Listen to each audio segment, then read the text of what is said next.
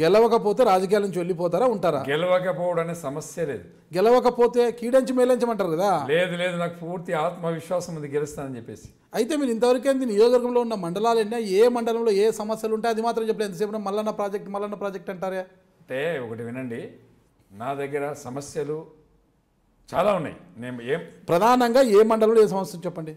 ఇప్పుడు తూప్రాన్ మండలం ఉంది, అక్కడ భూములన్నీ రైతులు అమ్మేసుకున్నారు.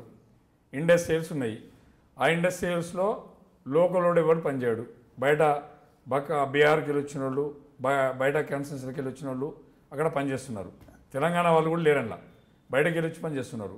ఇక్కడ ఉన్నటువంటి ముఖ్యమంత్రి గారితో మంత్రి గారితో ఆ ఇండస్ట్రియల్ దగ్గర సంబంధాలు పెట్టుకొని రన్ చేస్తుంది. కాబట్టి అదే ప్రతాప్ రెడ్డి ఇచ్చినట్టయితే అక్కడ ఇండస్ట్రియల్లో 100% ఎంప్లాయ్మెంట్ కల్పిస్తాం, 80% లోకల్ వాళ్ళకి ఇవ్వాలి, ఆ ఇండస్ట్రియల్ కల్పిస్తాం. ఒకటి. రెండవది, అక్కడ మార్కెట్ లేదు. మార్కెట్ యార్డు క్రియేట్ చేసి రైతులకి ముఖ్యంగా గిట్టుబాటు ధరలు రావట్లేదు. నేను ఏమంటానంటే రైతులు పండించే పంటలు గిడ్డంగుల్లో స్టోర్ చేసుకొని గిట్టుబాటు ధర కల్పించే వరకు రైతులకు స్టోర్ చేసుకునే విధంగా నేను ఒక రైతు బిడ్డగా వాళ్ళు పండించినటువంటి పంటలకు గిట్టుబాటు ధర వచ్చే విధంగా చూస్తా. రెండవది ఏంటంటే కేసీఆర్ గారు ఎవరికి కూడా ఇల్లు కట్టించలే. ప్రతి పెంకుటిల్లు ఉన్నోడికి రేపు నేను అధికారంలో ఉన్నా లేకున్నా, నేను అంటే ఎమ్మెల్యేగా గెలిచి ఏ ప్రభుత్వం అధికారంలో ఉన్నా ప్రతి పేదవాడికి 3 లక్షల రూపాయలు ఇచ్చి ఇల్లు కట్టించుకోవడానికి సహకరిస్తా. ఇంకా ప్రతి చదువుకున్నటువంటి విద్యార్థి ఉన్నాడు, ఆ విద్యార్థికి self employment scheme, BC corporation ఉంది, ఎస్సీ కార్పొరేషన్ ఉంది. సెల్ఫ్ ఎంప్లాయ్మెంట్ కింద స్కిల్ డెవలప్మెంట్ క్రియేట్ చేసి ఉపాధి కల్పించే ప్రయత్నం చేస్తా. అది తూప్రాన్ మండలంలో. మా గజ్వేల్ మండలం ఉంది. మా గజ్వేల్ మండలంలో ఈ రేపొద్దున ఏ ప్రభుత్వం అధికారంలోకి వచ్చినా ప్రాజెక్టులు పూర్తి చేస్తాం. ప్రాజెక్టులు పూర్తి చేసి రైతులకి ప్రతి ఎకరానికి నీళ్ళు ఇచ్చి రైతులు పండించే పంటకు గిట్టుబాటు ధరలు కల్పించి పేదవాడికి అందుబాటులో ఉండి రైతు యొక్క ఆత్మగౌరవాన్ని కాపాడి గజ్వేల్ నియోజకవర్గంలో ప్రతి విద్యార్థికి అందరికీ అందుబాటులో ఉండి, నేను వస్తే ప్రతి మండలంలో స్కిల్ డెవలప్మెంట్ ఉంటుంది. ప్రతి పేదవాడికి అందుబాటులో ఉండే విధంగా గ్రామాలని, ఒక పల్లెటూరులో ఉన్నటువంటి గ్రామాలలో పెంకుటిల్లు లేని గ్రామాలు నిర్మించే వరకు ప్రతాప్ రెడ్డి నిద్రపోడు. ప్రతి పేదవాడి బిడ్డకు స్వయం ఉపాధి కల్పించే వరకు ప్రతాప్ రెడ్డి నిద్రపోడు. ప్రభుత్వం ఏదున్నా 2 లక్షల కోట్ల బడ్జెట్ వచ్చింది. అలా ఈ బడ్జెట్లో ఉన్నటువంటి నిధుల్ని సక్రమంగా ఇలా నేను అధికారంలో లేకున్నా రాష్ట్రంలో నేను చేసే పోరాటాలు రాష్ట్ర వ్యాప్తంగా కాదు దేశవ్యాప్తంగా వచ్చే విధంగా ఫైట్ చేస్తున్నా. నేనుగా ఎమ్మెల్యేగా ఉంటే అసెంబ్లీలో నా గలం విప్పి మనకున్న బడ్జెట్ ఏంది, మనం చేస్తున్నటువంటి విధానం ఏంది, ఏ కార్పొరేషన్కి ఎంత ఇస్తున్నామో ఆ కార్పొరేషన్లో పేదవాడికి ఏ విధంగా నిధులు పోతున్నాయి, పేదవాడి బతుకు కోసం ఆలోచించే వ్యక్తిగా నేనుంటా తప్ప నేనేదో ఒకటి ఏమంటారు క్రిస్టియన్ భవన్ అని, క్రిస్టియన్ భవన్ కట్టినంత మాత్రాన క్రిస్టియన్ కడుపు నిండది.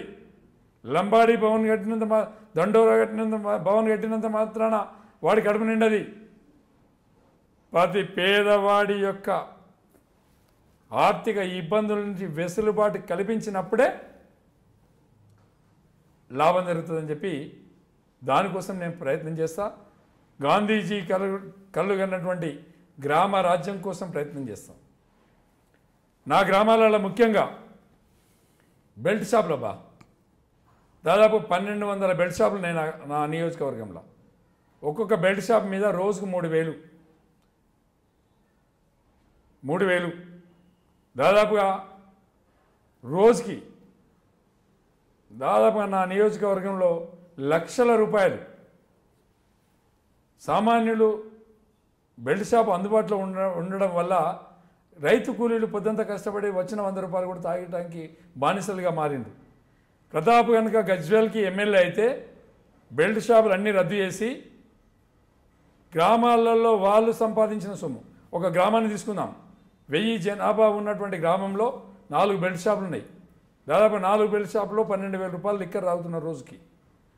ఆ గ్రామంలో 12,000 రూపాయలు నేను రోజుకు ఆదా చేసినట్టు అయితే నెలకి 3,60,000 రూపాయలు ఆదా చేస్తా. సంవత్సరానికి 42 లక్షల రూపాయలు ఆదా చేస్తా.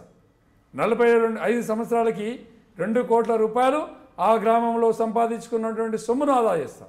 అంటే ఆ గ్రామంలో ఉండే సొమ్ము వాళ్ళ జేబులో ఉండే విధంగా, అక్కడ ఉన్నటువంటి వాళ్ళ పిల్లలకు చదువుకోవడానికి, అక్కడ ఉన్న వాళ్ళ ఆరోగ్యంగా బతకడానికి, ఇవాళ వాళ్ళ ఆరోగ్యాన్ని ఖరాబు చేసుకొని తాగి ఆరోగ్యాన్ని ఖరాబు చేసుకొని యశోదకో కిమ్స్కో సన్సెన్కో వస్తే లక్షల రూపాయలు ఆరోగ్యం కోసం ఖర్చు పెట్టాల్సినటువంటి పరిస్థితి, ఉన్న పొలాలు అమ్ముకోవాల్సినటువంటి పరిస్థితి.